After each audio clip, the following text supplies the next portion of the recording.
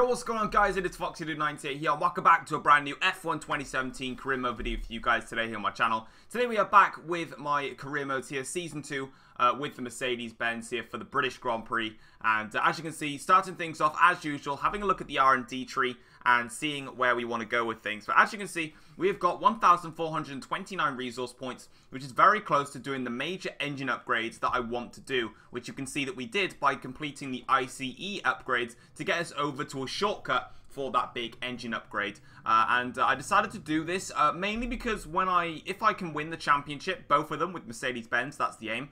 Like I've said many times, I want to make a team that as hard as possible to beat and have a really tough challenge, which is why I've gone and basically made the Mercedes very, very powerful. And hopefully if I can get that engine upgrade done in this episode, then I can potentially work to maybe getting a chassis weight and also one more aerodynamic upgrade before the season ends in order to basically just make the Mercedes as good as I possibly can before leaving it out and moving to a new team.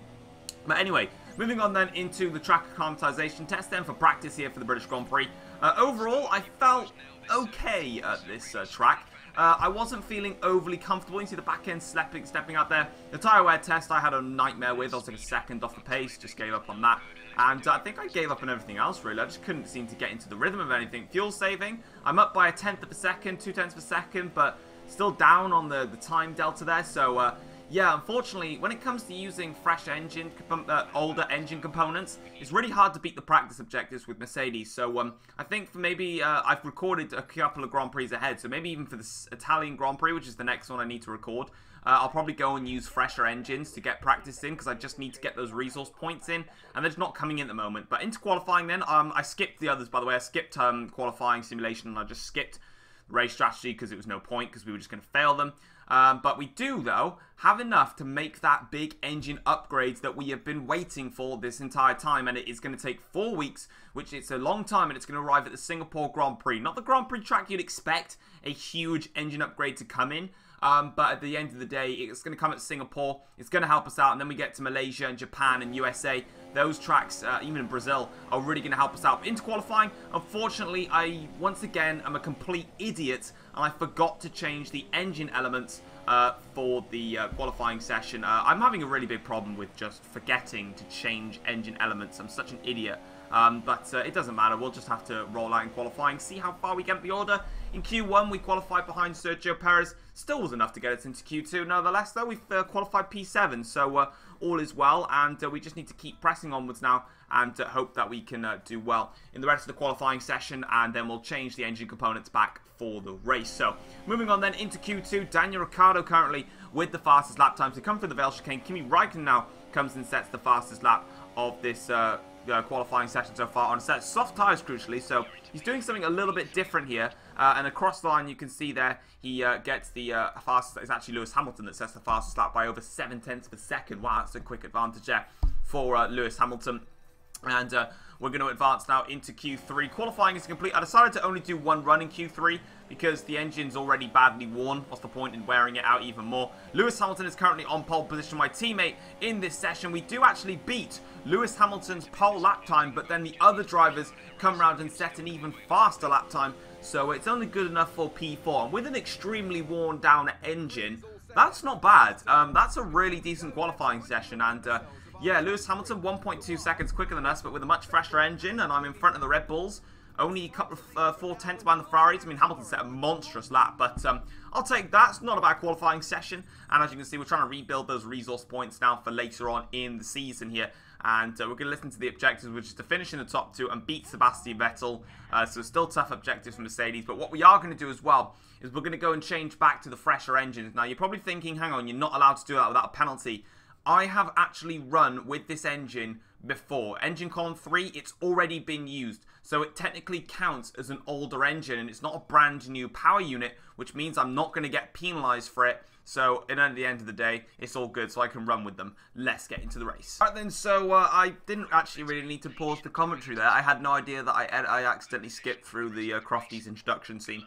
Oh well, it doesn't matter. We're on the grids here for the start of the British Grand Prix then, and as you can see, we're going to be doing the one-stop race. Now, if you remember last season for my career mode, I did did the 2-stop, which is 2 seconds slower, it says there. And it cost me dearly when I was in the Force India with Sergio Perez. Not Perez, I was in Perez's car, I think. But yeah, anyway, it really didn't work well for us. We just didn't have the pace, and we were just so much slower than the rest of the field. We were in like P5 or something like that, and then we dropped down and just on the last lap managed to get points. So we're not going to be doing that strategy today. We are going to be doing the 1-stop, but for some reason I'm just being an idiot there, and you can see that I took ages to just mess around with setup and other stuff. But as you can see then, we're getting onto the formation lap, and it should be in a better condition for this race. We've got our fresh engine back in the car, so we should be okay come the Grand Prix. And as you can see then, we're on the grid here for the start of this British Grand Prix. We've got 5 red lights, P4 on the grid, and it is lights out. There we go for the start of the British Grand Prix. It's been a good start from Lance Stroll behind, actually. Hamilton's got a fantastic start, though, and leads the way here in the British Grand Prix. Vettel in second, Raikkonen in third. Both of them doing a little bit of battling between each other. I'm going to go down the inside of both Vettel and Kimi Raikkonen to make it a Mercedes British 1-2, but it doesn't quite work out. One of the Ferraris there going backwards. I think that's Raikkonen. Vettel stays there as well, so the title rival Sebastian Vettel and myself getting very close now as we come down the straight here. We're going to get into the slipstream of Sebastian Vettel, and we're going to pull out to the right-hand side of the circuit. It's actually the left-hand side. I can't do my left and right. And as you can see, coming now, braking nice and late here. Vettel still sticks it around the outside. Fair play to Sebastian. I couldn't close the door on him, and he comes back on the inside here. And Sebastian Vettel still holding it firm here as Hamilton just darts away at the start of this Grand Prix. And now it's time to get into the back of Sebastian Vettel here. And now we pull over again towards get the inside line into Copse corner. Very close between myself and Vettel inside of Copse. We go wide on the exit, but we make the move stick. Massa stays in front now, and he's in front of the 2 Ferraris and can cause a little bit of a buffer, but Lewis Hamilton has absolutely shot off in this British Grand Prix, and he is gone at this rate. And now I need to look at maybe even trying to close it down. I don't know how much pace he's got. The gap is 2.8 seconds already. That's a massive advantage. On to lap 6 of the Grand Prix, though. The start of this race has been a very, very quiet one. We've got some yellow flags just on the exit of Abbey, so someone has gone off, and unfortunately it is going to be a Jolyon Palmer. We're going to get a replay of it in just a second now. Here it is. So Palmer going for an overtake. I never thought Palmer would ever try and overtake someone in my life. And unfortunately, he just gets a tag there from Verstappen, loses his entire front wing, and then just reverses all the way back to the track, and then decides to rejoin on the track while reversing, and then stop. So, very smart stuff there from Palmer. Very, very smart. But on to lap 8 of the Grand Prix now. We're coming in for our very first pit stop. So, the first stint, actually, was extremely quiet. There was nothing that was going on, and I smashed a cone there as Kimi Raikkonen follows in right behind us as we come in towards now the pit lane of boringness, really. This is the longest pit lane on the calendar, which is why it's a stressful thing to be making our pit stop. But as you can see then, both me and Kimi Raikkonen stopped. Now, Raikkonen started on soft tyres, and he's pitted the same lap as me, so I'm a little bit confused on what Ferrari's strategy is. So Raikkonen pits for mediums, which means that he can go to the end of the race, because we're going to the end of the race as well. But why they didn't just start the race on super soft tyres and have that tyre advantage come and start the race, I'm not sure. But Lewis Hamilton there, you might have just seen it in the top left of your screens, came out of the pits and was on a set of super soft tyres. So Lewis is definitely doing a 2-stop race, which means we're going to have track position over Lewis Hamilton. If we could just keep it nice and clean, stay within as close as we possibly can. Of course, our tyres are 2 compounds slower than Lewis Hamilton's, but if we could just hold it in there, we might be able to jump Lewis Hamilton and have track position, and so will the Ferraris. So Lewis is not in a good position at the moment, but if he can get the pace out of those super soft tyres, who knows what can happen here. But on to laps 9 of the Grand Prix now. We caught up to the back of Fernando Alonso in the McLaren Honda, and as you can see here, the McLaren Honda giving it absolutely everything here down the back straight. This is a really difficult move there. I had to really work for that overtake because that McLaren Honda is extremely powerful, and as you can tell by my voice, I was just being sarcastic. But as you can see, Verstappen, and also I think that's one of the Williams cars, is pitted. But now on to lap 12 of the Grand Prix. We've caught up to the back of Lance Stroll, who's on a set of soft tyres, and he's going a lot longer in this Grand Prix compared to the 2 Ferraris. And now opening up the DRS here on Lance Stroll. We're going to move over to the left-hand side of the circuit, and we're going to get the inside line. We don't even need to break into the inside line because we can already pull back onto the racing line here. Put a green first sector there. Raikkonen is closing in on me. At the moment, the pace of this British Grand Prix, I'm losing all my time in the middle sector, and the Ferraris are starting to close in on me as I'm just not feeling that comfortable. And speaking of the Ferraris closing me down, lap 14, Hamilton has pitted for a second time in this Grand Prix. I now have the lead of this British Grand Prix, and as this is my home race, I'm going to absolutely give it everything to defend the track position as Raikkonen now comes with his DRS here towards Stoke Corner. He's going to have that inside line. Raikkonen nicks it here at Stoke Corner, but we go round the outside and just hold off Kimi Raikkonen there. through Stowe corner. Lovely bit of action there between myself and Kimi Räikkönen, and that is not all. We've got him coming at me. And also, as you can see now, lap 16, I've got Vettel right behind me as well. As we come onto the start of the old pit straight here, we've got Kimi Räikkönen now in the slipstream. He might actually go for it here. We've got yellow flags as well towards Copse corner. Kimi is actually going to try it here, and towards Copse he goes, or around the outside. I'm not going to give him that much room. Räikkönen backs out of it in the end, but really close stuff there from Kimi as he's trying his hardest now to actually get in front of us now as we come through this difficult Maggots and Beckett's complex, which is not really that difficult anymore because you can literally just go flat out through it all here. You can see that we make a very small mistake on the exit of Chapel. Now Kimi Räikkönen's got a very, very good exit, and this time he's going to try and make it work for himself with some DRS this time. Here comes Kimi Räikkönen for another blast of it here. The two Ferraris are just swarming all over the back of my Mercedes car. A little bit of contact there between myself and Räikkönen. I go wide on the exit of Stowe corner, and now that's going to compromise Räikkönen's line ever so slightly. And on to lap 19 of the Grand Prix now, Sebastian Vettel, as we completely corner cut that like a pro. Sebastian Vettel has actually passed Kimi Räikkönen, and now the two championship contenders are going to go head to head here in the British Grand Prix. Vettel now with some DRS here. He's going to go over to the outside line for Stowe corner. Once again, I'm going to do the same defensive tactic as he goes into Stowe corner. I'm going to defend that line, and he actually backs out a lot earlier than Kimi Räikkönen to try and not compromise his line as much now. As you can see onto lap 20 of the Grand Prix now, Vettel is still there. That's Räikkönen. Hamilton has caught up to this pack now, and as you can see, in towards Stowe corner, giving him a very tight squeeze there. I am not going to give Vettel that much room. We are the championship leaders, being Vettel, and it's time to battle one-on-one, well, with Räikkönen and Hamilton just there in the distance. Onto lap 22 of the Grand Prix now, and the full safety car has come out. So we've got a safety car here at this British Grand Prix on lap 22. And that's a really interesting call. No one's retired. No one seems to have stopped either. So I've no idea why it's come out. But yeah, that's a little bit interesting. But on to lap 24 now. We're now going to have 2 laps to fight it out to the end of the Grand Prix. But the thing is what is my saving grace?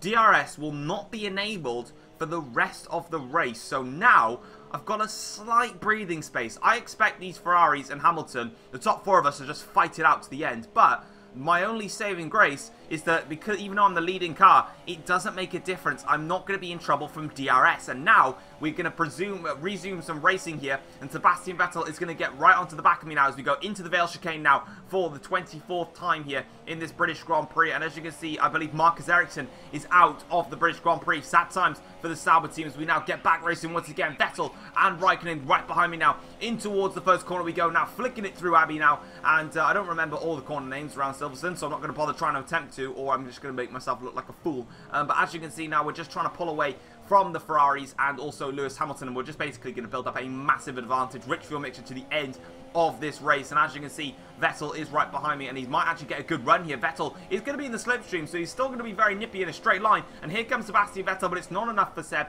He has to sit back and wait a little bit longer, and onto the final lap of this Grand Prix now. We've managed to defend against the Ferraris for so long in this race. It is me versus Vettel versus Räikkönen versus Hamilton. We have absolutely shot away in these 2 laps against the AIs. It is starting to rain as well. Vettel pulling over towards the slipstream. In towards Stowe corner we go now, and this is where I decided to myself, I'm taking a big risk. I'm going to lift off the throttle now, and now I'm going to let Vettel attack me here, and I'm going to try and shove him wide in towards the Vale chicane. I'm trying to get Hamilton on the podium. That's my job here, but I just can't quite do it, and I decide there's no point in risking it. I'm going to come across the line. I tried to think for Hamilton, but we win the British Grand Prix, and I did everything I could in order to try and see if there was a way I could get Hamilton onto the podium. I lifted off them to give Vettel a superb run. I tried to shove him wide into the Vale chicane, do a very similar tactic to what I did in Spain.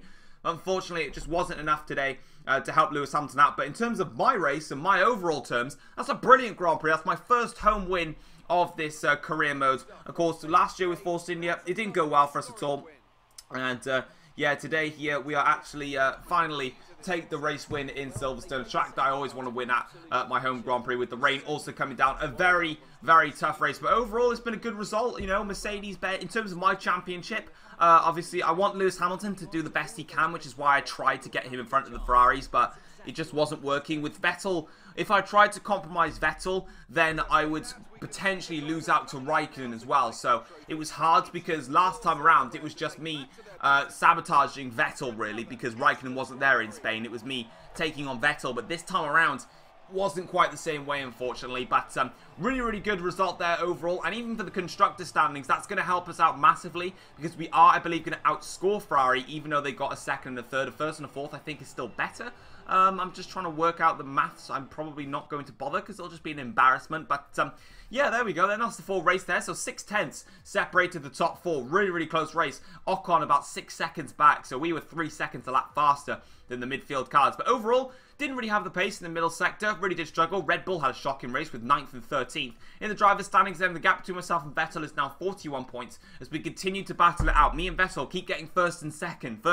So it drops to 34 points, goes back up to 41 points. It keeps happening. In the constructor standings, the gap is 32 points as Mercedes continue to keep a narrow lead over the Ferraris. But as you can see, we've got yet another contract event. So I'm going to let you guys listen to what contract offers Emma's got in mind. Quick question. How are you here? Are you happy? I mean, obviously, I hope so, but you do have some other options if you're up for a new challenge. Let me just grab the door. I had a call from another team a few weeks ago, and, well, things have moved on since then. These are the offers I've managed to put together for you. You don't have to do anything with them, but let me know what you think.